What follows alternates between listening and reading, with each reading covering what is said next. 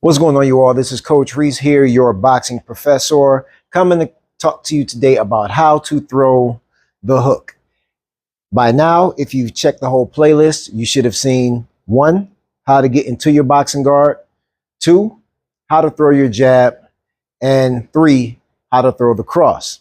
So the hook is a little bit more of a complicated shot, and it comes off of the rotation, which is preset by the same footwork that you throw when you throw a cross. So we're going to get into those techniques right now. So if you get into your boxing guard like we usually do, what you're going to do is throw your cross, rotate your foot, turn your hip, and extend your right hand. Now, in this position, you should have your weight loaded onto your front leg.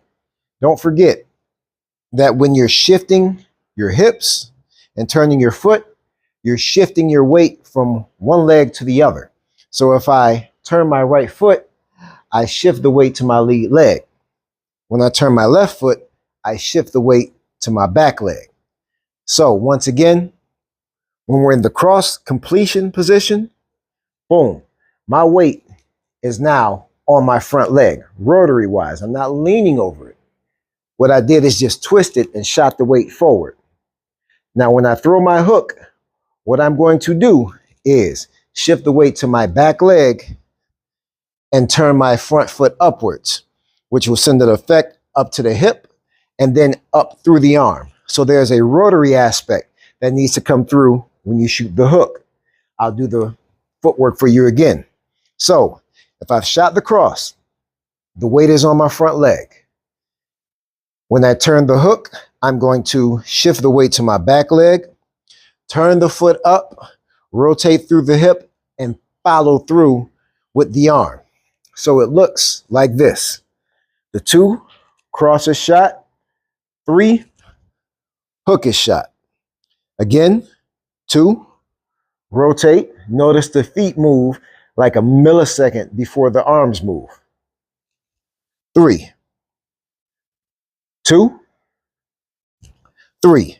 So you literally want to turn your foot into the ground like you're trying to dig some gum off of your shoe. You're going to ball the front of those shoes up. So I'll turn this way so you can actually see it from a sideways stance. Once again, when I throw the 2, my weight is shifted forward to the leg, but I'm not leaning. Like I told you all, keep your torso square between your quads. Highly important. So I'll throw the 2, twist, 3, twist, 2, 3. The 3 is the hook. Cross, hook. Very important note, when I throw that hook, where did that other hand come back to? The side of my face. You don't throw the hook and drop and play the guitar. That's how you get cracked.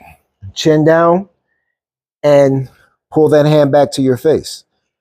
Another reason it's very important to pull that hand back to your face with certainty and aggression is every retraction of a prior punch adds force and adds power to the next punch. So the previous punch's retraction is just as important as releasing the punch that comes after it. Everything ties in together in boxing. Nothing is separate. So let's explain what I mean by that.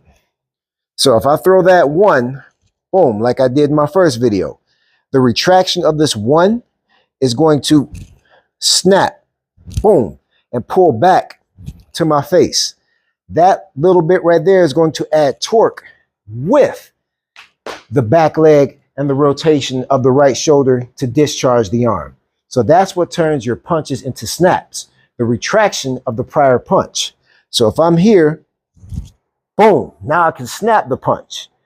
So as we're focusing on the hook right now, or the 3, that your boxing coach may call it, the retraction of this right arm, boom, boom, the snapback is going to add torque along with the lead hip shift and the foot turn.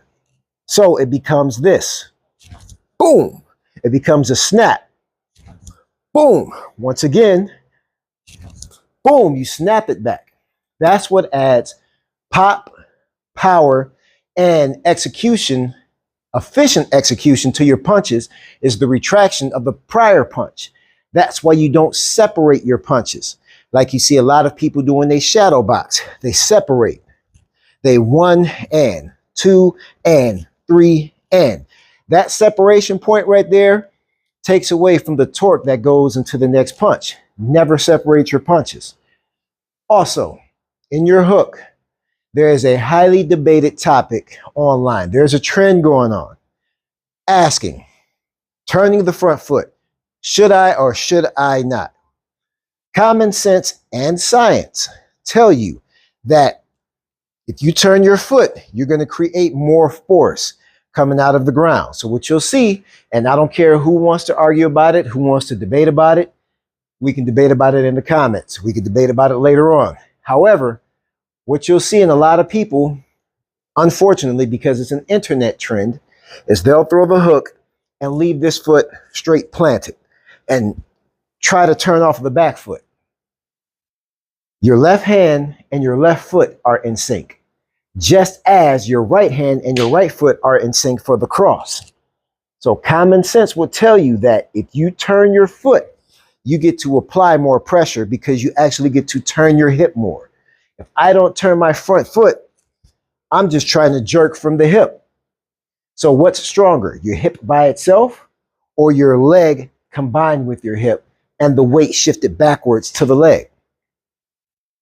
It should be common sense. So I teach, will always teach, and will never teach any other way aside from telling you, turn your corresponding foot with your hook.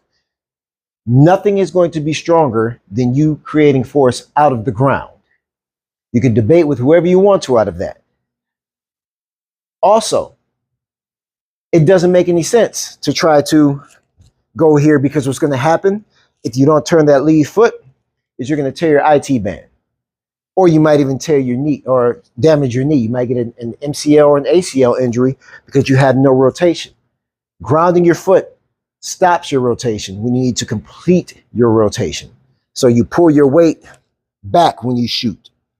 So all three punches together, that should be your homework assignment. Go back to the other videos. Boxing guard, jab, cross, and hook. So here's your homework assignment because somebody asked me about putting a homework assignment up so we can learn together. So here we go. Boxing guard, cross. Remember, in that cross, I turn my hip. My logo of my shirt is flat against the wall over there.